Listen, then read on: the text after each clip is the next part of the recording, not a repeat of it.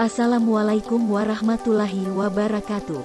Perkenalkan, nama saya Dinda Putri Sakinah dengan NIM 119033035. Di sini saya akan menjelaskan tentang ruang lingkup kajian ekonomi industri. Kajian ekonomi industri. Ruang lingkup kajian ekonomika industri mencakup faktor-faktor yang memengaruhi hubungan yang terjadi antara struktur, perilaku, dan kinerja perusahaan, serta hubungan antara industri dengan masyarakat. Kajian dalam ekonomika industri mencakup berbagai aspek berikut. 1. Teori perusahaan seperti efisiensi, motif tujuan, dan bentuk organisasi perusahaan. 2. Struktur persaingan seperti konsentrasi pasar dan karakteristik pasar. 3. Perilaku pasar seperti penentuan dan strategi harga, strategi diversifikasi, integrasi vertikal dan merger, inovasi, keputusan investasi, dan strategi periklanan. 4. Analisis kinerja seperti profitabilitas dan pertumbuhan. 5. Analisis lokasi industri. 6. Kebijakan pemerintah terkait industri dan kebijakan perusahaan. 7. Proses industrialisasi dan pembangunan. 8. Keunggulan komparatif, serta berbagai aspek lainnya. 1. Terkait dengan efisiensi. Pembahasan efisiensi dalam ekonomika industri merupakan efisiensi yang ditinjau dari sudut pandang perusahaan dan industri. Dalam hal ini, ketika suatu perusahaan berperan sebagai suatu unit produksi, maka tujuan utama perusahaan tersebut adalah memaksimumkan efisiensi produktif. Ketika suatu perusahaan merupakan suatu unit produksi, maka tujuan perusahaan adalah memaksimumkan efisiensi ekonomi atau economic efficiency.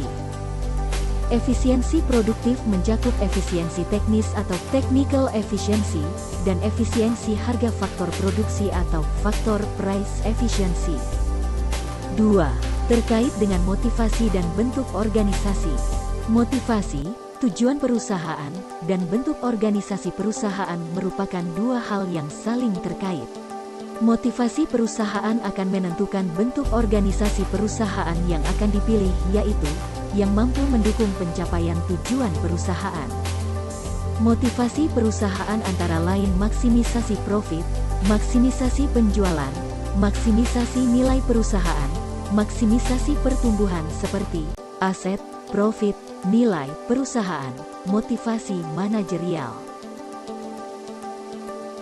Bentuk organisasi umumnya dikaitkan dengan pola kepemilikan perusahaan. Jika dilihat dari pola kepemilikannya, bentuk organisasi perusahaan dapat dibagi menjadi 3, yaitu sektor privat, sektor publik, dan sektor campuran, kombinasi sektor privat dan publik. 3. Terkait dengan penentuan harga produk. Secara tradisional, harga ditentukan oleh permintaan dan penawaran terhadap produk. Meskipun demikian, seiring dengan perkembangan teori harga, penentuan harga produk harus mempertimbangkan motivasi, tujuan perusahaan, struktur pasar, maupun berbagai macam aspek lainnya, seperti karakteristik produk dan daya beli konsumen. 4. Terkait dengan strategi bisnis. Strategi adalah cara atau sarana untuk mencapai tujuan perusahaan. Secara umum, ada 3 landasan strategi yang dapat membantu organisasi memperoleh keunggulan kompetitif, yaitu keunggulan biaya, diferensiasi, dan fokus. 5. Terkait dengan analisis lokasi industri. Pemilihan lokasi perusahaan industri pada dasarnya menentukan suatu tempat atau lokasi yang tepat untuk kegiatan industri. Dengan memperhitungkan kelebihan dan kekurangan dari lokasi tersebut, lokasi perusahaan industri adalah tempat perusahaan industri melakukan aktivitasnya. 6. Terkait dengan kebijakan pemerintah mengenai industri. Pada dasarnya ada 2 jenis kebijakan industri, yaitu kebijakan yang bertujuan untuk menjaga dan mendorong terciptanya kompetisi. Untuk menjamin agar mekanisme pasar dapat bekerja dengan baik, kebijakan kompetisi, dan kebijakan yang bertujuan untuk mengatasi kegagalan pasar, misalnya dengan melakukan promosi, dan memberikan proteksi bagi industri yang belum mampu bersaing di pasar. Kebijakan kompetitif mencakup kebijakan pembangunan infrastruktur, kebijakan anti monopoli, Kebijakan terkait pengembangan teknologi. 7. Terkait dengan industrialisasi dalam pembangunan, industrialisasi dalam analisis ekonomika industri merupakan bahasan yang sangat penting. Karena proses industrialisasi memberikan dampak yang begitu besar bagi perekonomian. Dampak tersebut berupa perubahan struktur perekonomian dari sektor primer ke sekunder dan tersier, yang selanjutnya memengaruhi pola kehidupan ekonomi masyarakat, kesempatan kerja, pertumbuhan ekonomi. Peningkatan daya saing perekonomian melalui penciptaan keunggulan komparatif, maupun berbagai aspek pembangunan lainnya. Kerangka analisis utama ekonomika industri. Awal perkembangan ekonomika industri didominasi oleh paradigma struktur perilaku kinerja, Structure Conduct Performance atau SCP paradigma.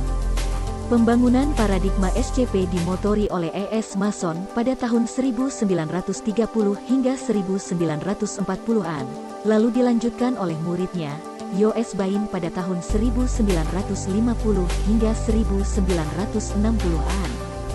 Paradigma ini cenderung lebih terkonsentrasi pada analisis empiris daripada teoritis, meskipun sejumlah aspek dalam pemikiran SCP berbasis pada teori ekonomi mikro klasik.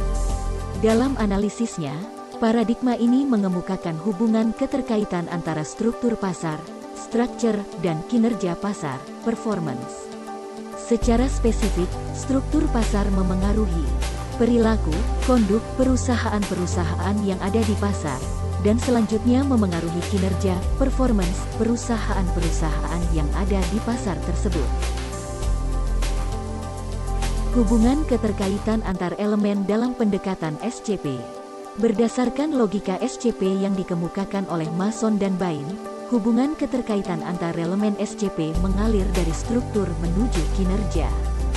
Meskipun demikian, digambarkan sejumlah kemungkinan lain, seperti dari kinerja menuju ke perilaku, dari perilaku menuju ke struktur, dan dari kinerja menuju ke struktur.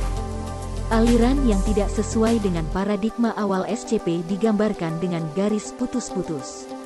Berikut ini, secara singkat akan dibahas sejumlah variabel utama yang terdapat dalam setiap elemen SCP.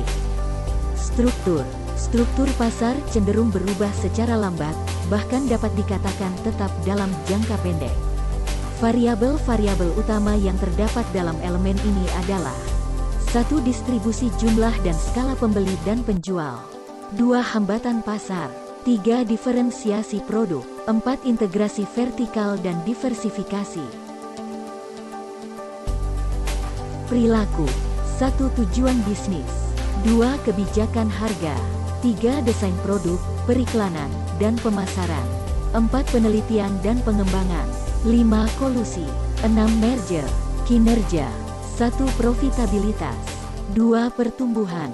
3. Kualitas produk. 4. Perkembangan teknologi. 5. Efisiensi. Meskipun paradigma SCP memiliki peran yang sangat penting dalam ekonomika industri, terdapat sejumlah kritik yang diajukan pada paradigma SCP.